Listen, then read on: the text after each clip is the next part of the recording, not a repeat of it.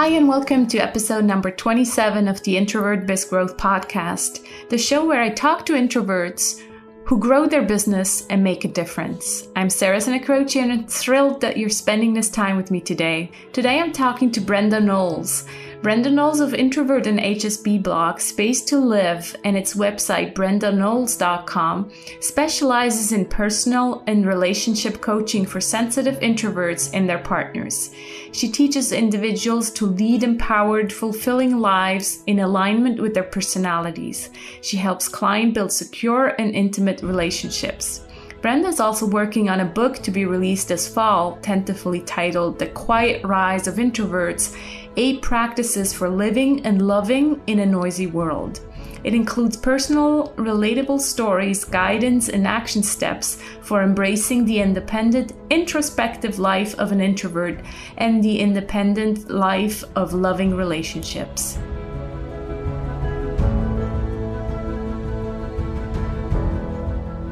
Hi, Brenda. How are you today? I'm great. Hi, Sarah. Thanks so much for taking the time. I look forward to our conversation. As I told people in the introduction, you specialize in personal and relationship coaching for sensitive introverts. And so obviously that's a topic that is of interest to the audience. But before we go more into about what it is you do, tell us a little bit about yourself and maybe something that the introverted audience can relate to. Well, it took me a while to figure out I was an introvert. I would say I was mid to late 30s before I ran across The Introvert Advantage and read that book, and all the signs pointed to, wow, I'm an introvert. I was a mother of 3, married, living in the suburbs, very busy, very active, a lot of socializing, and really drained and tired and not happy. Sort of trying to figure out what was going on. And so I did a lot of reading and research and talking to people. I even found, at that point, it was kind of rare, but an introvert coach.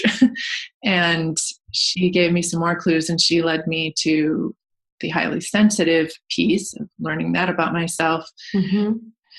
I figured out, I was getting drained by constantly extroverting and constantly using energy with other people, including, even within my own home, there were 5 of us. So we were always a group, and I had 3 active children, and I loved being a mom, and I thought that's what I wanted to do. But I realized I needed some more quiet time and introspective work, mm-hmm. and meaningful work. Not that parenting isn't, but I needed something for my active mind, I guess.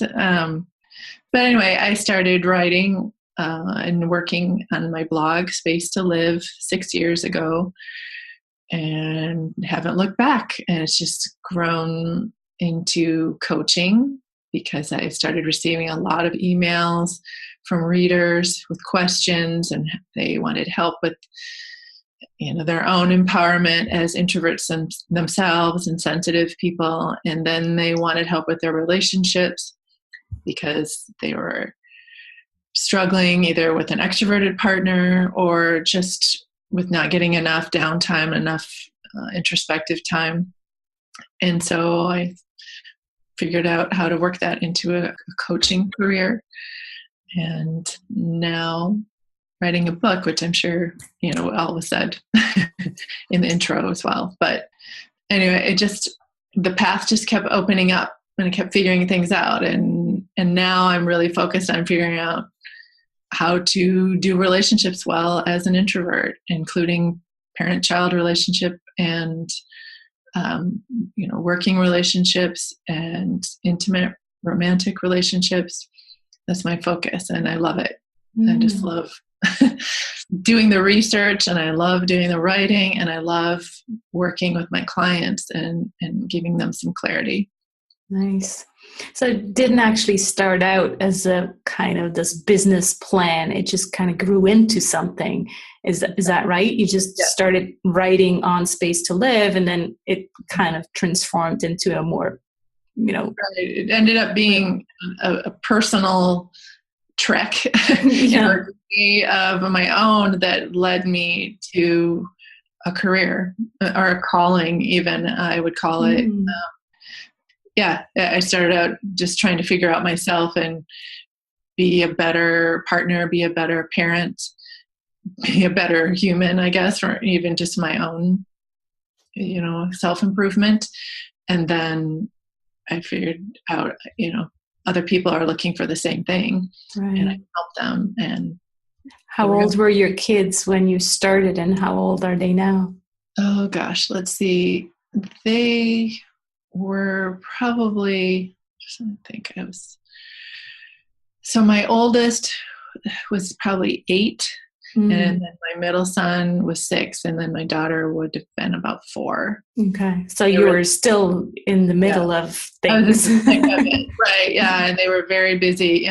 They had all but started school pretty much, and that really integrates you into the community when your children are involved in school and activities and sports and everything. And again, as an introvert, sometimes that, so it was a little shocking, all the expectations and involvement. But yeah, so I think that was kind of the catalyst for part of my, oh my gosh, I need help. I got to figure out how do I juggle all this.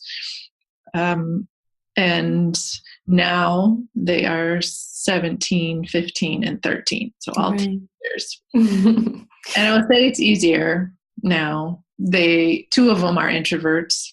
Okay. My 2 boys are, and my daughter is more extroverted and social, but she's very sensitive. So she kind of there are limitations to how much she can put out in the world too, as far as her, energy and personality. So I've learned to kind of work with them, and their different personalities are all very different. But it's easier, and they're busy, and they're more independent too. So it's just, Yeah. I've seen the same thing with my kids and in my business. I always said I was going to grow my business at the same time as I'm growing my kids, so to speak. And yeah, it's been a journey, and it definitely gets easier because I also feel less guilty now, I think, spending time on the business, where before I always felt like, well, I actually should be spending more time with them rather than writing or all of that. Exactly. And of course, in the beginning, I wasn't making, any income from what I was doing too. So it had even less value, according to my husband at the time and my kids, because, it wasn't like it was a job that I was getting paid for. It was something I was developing and learning. Yeah. But now since it is my job, then it's a little more easy for them to swallow and understand, I think. Right. So tell us more about your current business model, I guess. So you're coaching with clients. That's how that's the main revenue that you're generating. For that, I do substitute as a paraprofessional in the school system. Right. I aim for once a week doing that, but since I've been working on a book as well with a publisher, I haven't had as much time to do that. So I more rely on the coaching because, well, number one, that's my first, interest in as far as a career. That's what I want to do. And then it's just time-wise, it's more practical and it's more lucrative, I'd say, but to do coaching than to work in the schools. So, but I do both. Both of them generate income, and hopefully the book will as well. Once it's done. So, do you only work with clients one-on-one because that's kind of what the introvert wants, or have you also experimented with group coaching? Not so much group, but I have worked with couples. So 2 people at a time, and that seems to work pretty well. Generally, it seems like one is an introvert and the other one is an extrovert if I do couples. So that's kind of an interesting dynamic. But I would say primarily the majority of my work is with one person at a time. So that one-on-one ideal for introverts. Right.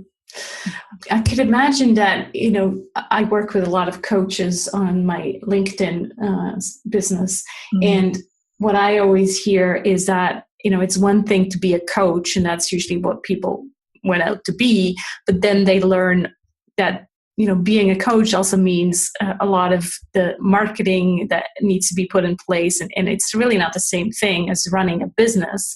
Right. And so what was that journey like for you as an introvert to put yourself out there as the introvert coach, but you still have to put yourself out there and do all this marketing and create buzz and all of that. So how was that like for you? It was a learning curve, definitely. I think initially when I started, I thought, oh my gosh, I have to be on every social media outlet. I need to be constantly posting updates to keep my face and name in front of everyone. And part of that is still true, but the more I do it, the more, the longer I coach and keep writing, the more I kind of have learned to focus on just doing high quality work as far as coaching and writing and doing my posts every week. I've learned to use schedulers for social media updates. I don't interact personally as much. I like I said, I do more posts and updates, but they're scheduled, and I am being honest.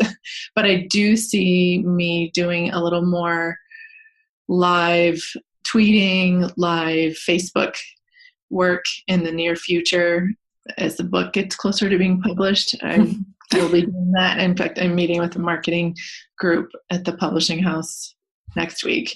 So I'll know more about that. But it was constantly needing to be out there at first was a challenge, because that is, I think, as introverts, we don't like being interrupted all the time. And when you have to do that constantly, it feels like interruptions. And I could go deep into my work.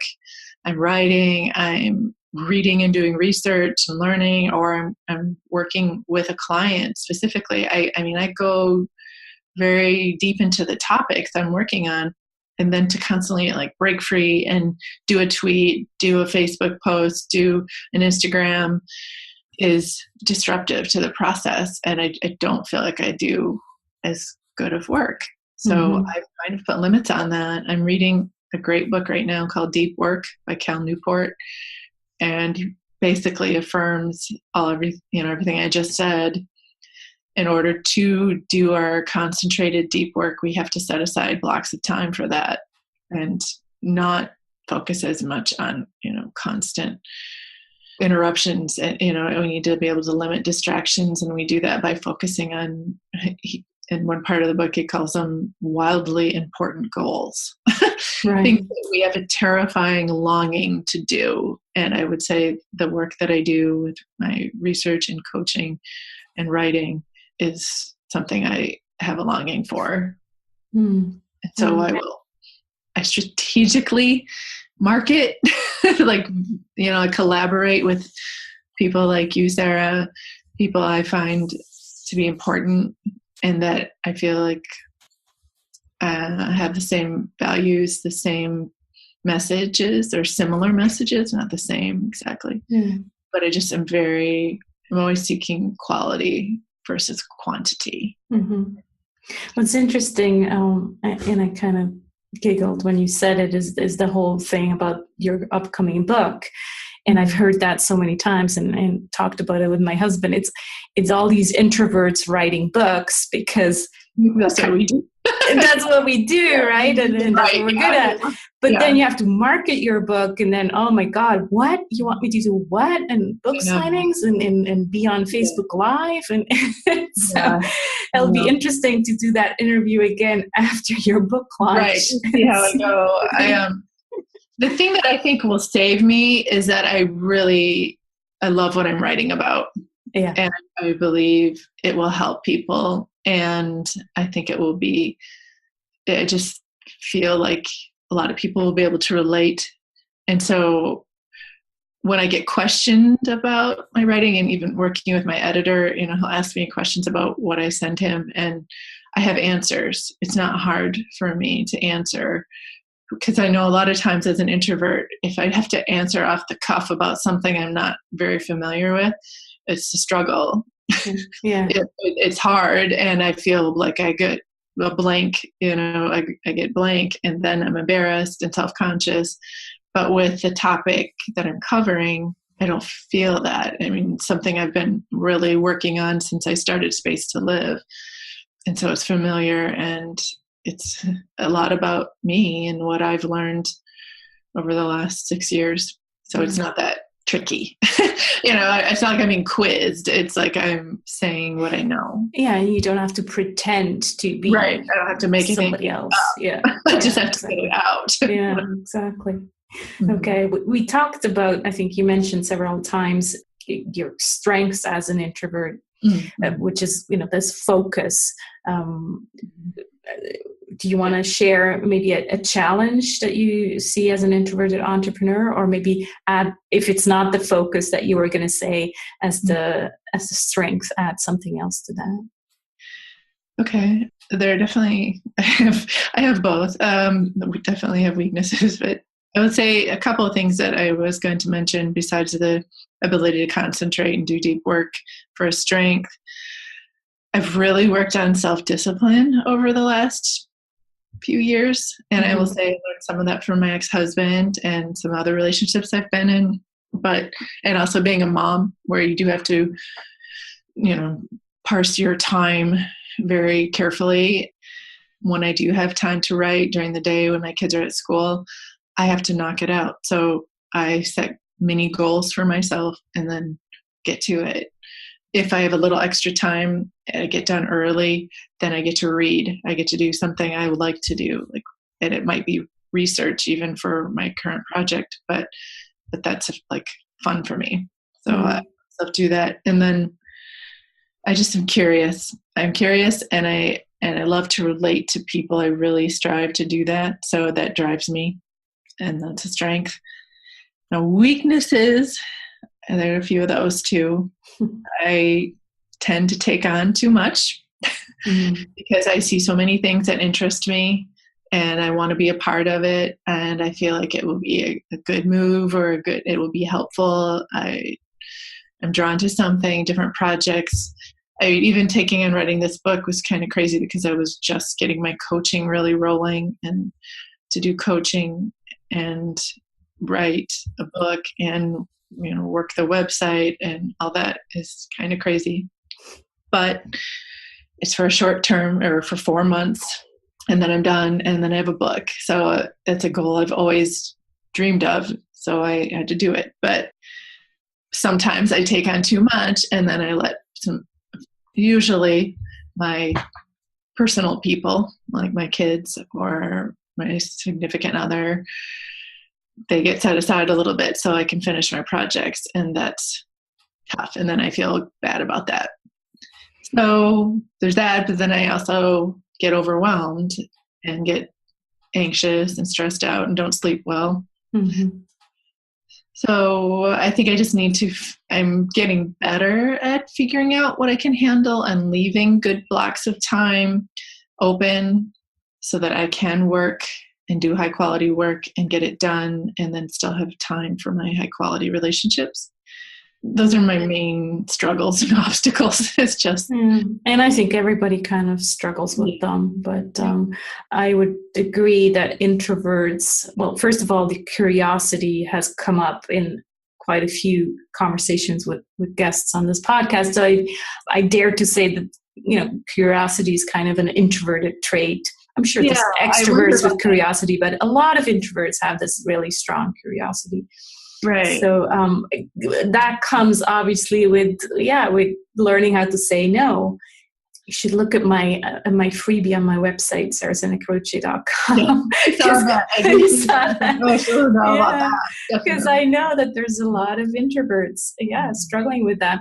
And I think it also has to do with the fact that not only are we curious, and that's why we want to do so many things, but we also, and that's where the highly sensitive thing comes in. I think we also have probably more empathy than others. Right. And so we feel bad saying no to certain things. Right. Is that true in your case? I agree. And I would say the thing that's helped me with some of that is, like I said, saying yes to only a few important, like really figuring out what's really important that I can say yes to, but then it's not as hard to say no. Yeah. Yeah. Like another author said, you have to find your higher loves and your lower loves, because there are lots of things I love to do and want to learn more about and take on, but I have to figure out the highest ones and then say no to the lower ones. And that's what I'm working on. Right. So basically, yeah, what you're saying is you said yes to the book, and that just kind of takes over everything else right now. And I think that makes sense, because I always think, those people who say there needs to be a balanced, work-life balance and all that. I don't think that's even possible. Right, exactly. It's almost impossible. And it takes a lot of energy to say no. Yeah. Especially when it involves other people wanting you to do things for them or with them. We can say no to tasks a little easier, I think. I can say no to laundry pretty easily. But someone else, a friend or a co-collaborator, or somebody, it's hard to say no. And especially my children and my partner, it's hard to say no to them. But yeah, well, but again, they're in the top priority. Higher love, right? Yeah, the high love. Yeah, but it took some time to figure that out and how important that was, and how I can, if I get them in a good place, then I'm in a good place too, and I work better. Yeah. I think what I'm learning right now as well is to put myself in that top place as well. And I have a lot of clients do that too. And I think this is part of my book, but working from, self-care and taking care of yourself and putting yourself in that top position sometimes, but then also learning how to be responsive to your top relationships as well. It is definitely tricky, but I've found that the more responsive I am with my people, you have to have some boundaries, then the more calm and the better work I can do, because I feel like things are settled, and things are good with my relationships. I'm able to do more personally and feel better about, free time. It's just, it isn't a balance. I will definitely say that. Sometimes I'm heavily relationship focused, and sometimes I'm heavily work focused, and sometimes I'm heavily free time focused, break time. It just constant rotation. My last post last week kind of spoke to all of that. And the TV producer, Shonda Rhimes, has a quote where she just said, if I'm failing, if I'm succeeding in one area of work, she's a producer for Grey's Anatomy and a bunch of TV shows. And if I'm succeeding there, I'm failing at home. I'm missing my daughter's dance recital. I didn't make the Halloween costume. It's just always a trade-off. Exactly. So those people who say, search for the balance, I just don't know if that ever works, if it works for them even. Right. No, I think it's more of a just, it can't be all putting out fires, so you're just running from one thing to another, but really just take their turn. Well, maybe over the year it balances itself out again, right? Because you don't want to have it completely lopsided. Yeah, exactly. But it's hard to be balanced, I think. It's just on a day-to-day basis, no. But you're right, over the long run, it's more likely. All right, let's switch gears a little bit and talk about some resources. I call them the golden nuggets. Why don't you share a personal habit that you think that contributes to your success? Okay. Well, Mark Twain has a quote where he says, "Eat a live frog first thing in the morning, and it'll be the worst thing you do all day," or something to that effect. And I take that to mean, I think he means do like the worst thing first and get it over with. But I kind of do the most important thing first in the morning, or I try to. I just get right to work. I don't dilly-dally, and I don't go onto social media or emails I go right into my writing or right into an interview, right into coaching, whatever is very the most important thing. So that's one of my habits. I also consider sleep a vital thing. And I've just figured that out in the last few years, but I really aim for 8 hours every night.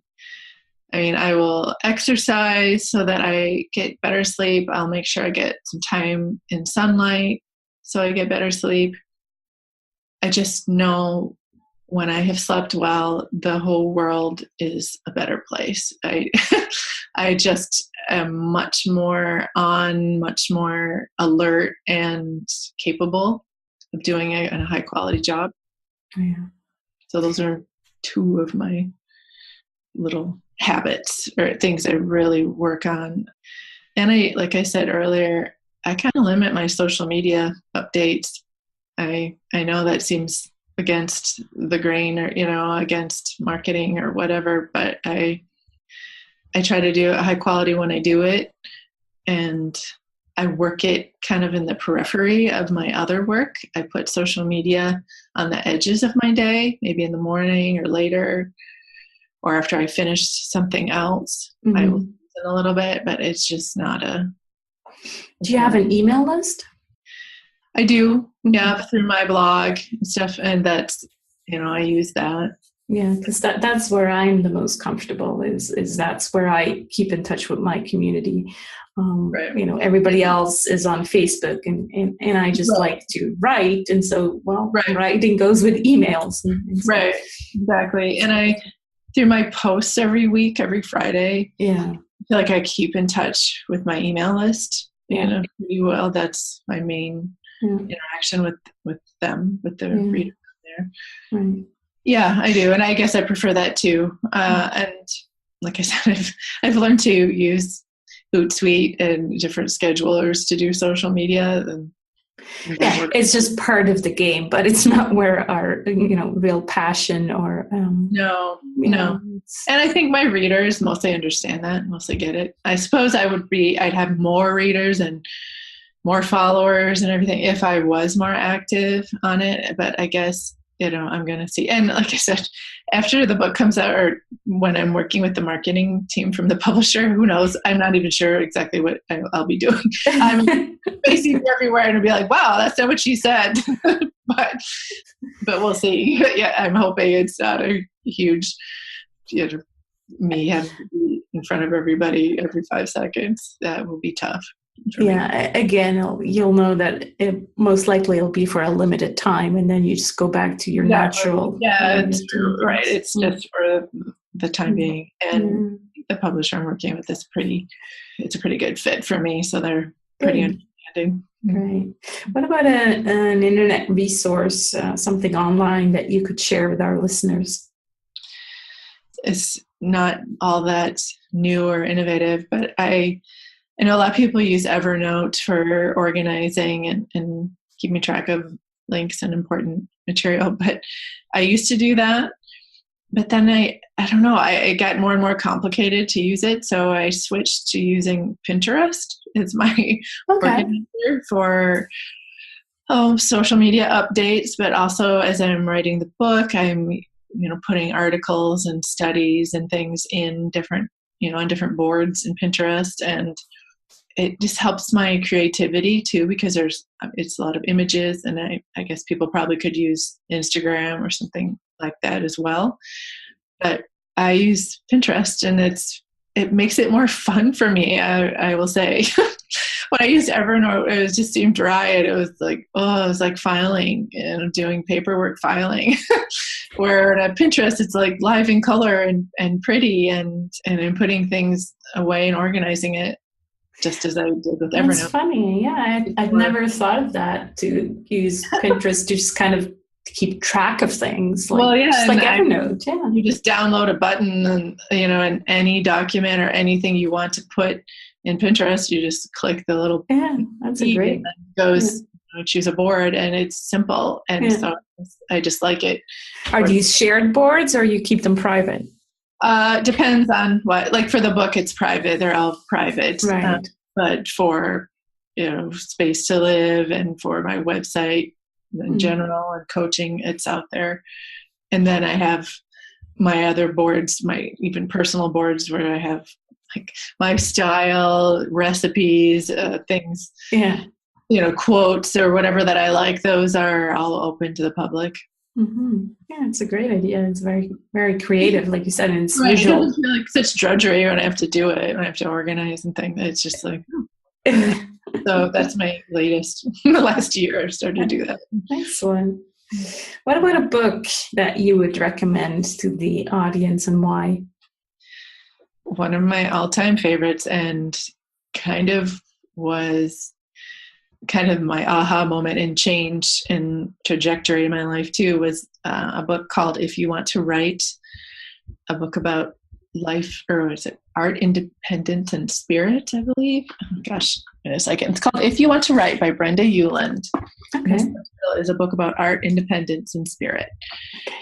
And I was looking for a book for a friend, a writer friend, for their birthday, and I came across it at the bookstore, and it made me think I could write. Basically, the message is everyone is interesting. Everyone has something to say. It's not about making things up as you write. Like, I used to always think, well, writers are like fiction and novels, but obviously that's not what I do. And there is nonfiction, but it's not about making things up. It's about getting things down. That's Brenda Knowles' message. And again, everyone can write and everyone's interesting if they're honest and they tell real details about their life and their story.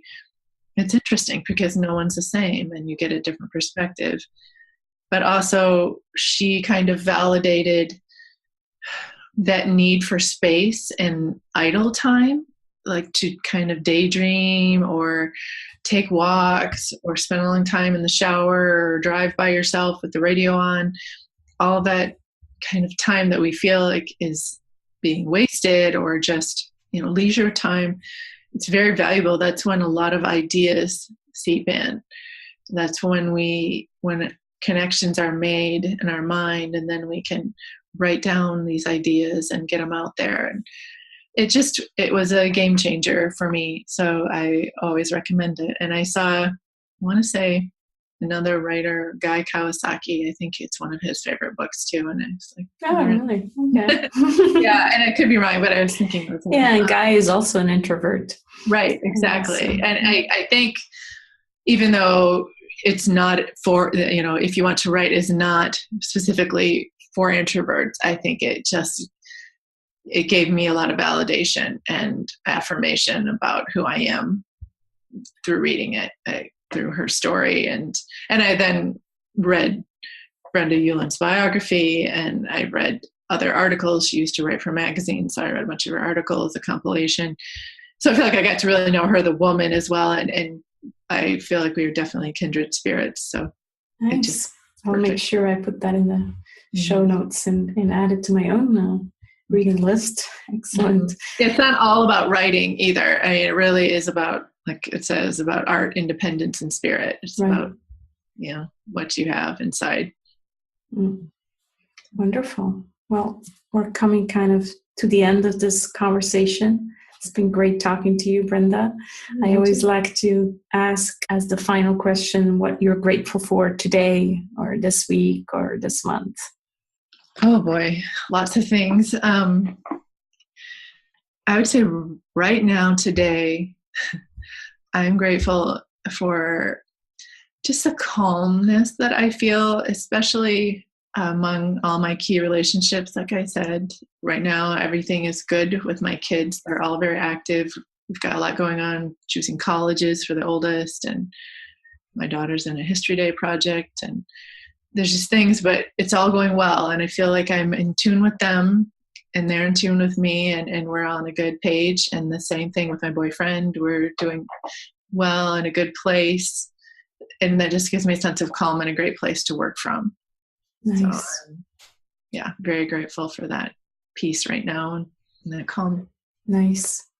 And before the call started, you said it was snowing again Minnesota. So maybe that just kind of adds to that peaceful quietness. The good thing about snow is it just makes everything quiet. It does. That buffer blanket of sound, it buffers all the sound, and it's just, I love it. Yeah, I love that too. Exactly, where spring is kind of like more, exciting. It's nice too, but it's like, let's do something. Yeah, those are good sounds too with the sunshine and everything. Yeah.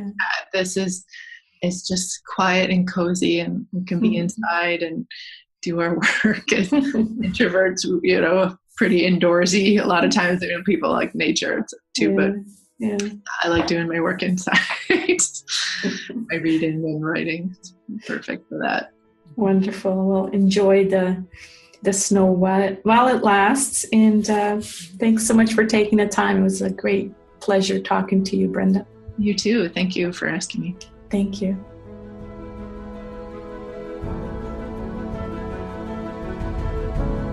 Don't forget to visit Brenda's website at brendanowles.com. And she's also on Facebook at facebook.com/space to live. 2 with the number, so space, number 2, live. I also wanted to remind you that you can leave a comment or a testimonial on iTunes. That really helps the show getting noticed by other introverts. So it would really make my day if you clicked on the leave a review on iTunes and just added a quick message there saying that you're listening. If you're appreciating the show, that would really make my day. And I'll talk to you again in 2 weeks. I know it seems long, but time flies and pre-excitement is half the experience, isn't it? Talk soon. Bye-bye.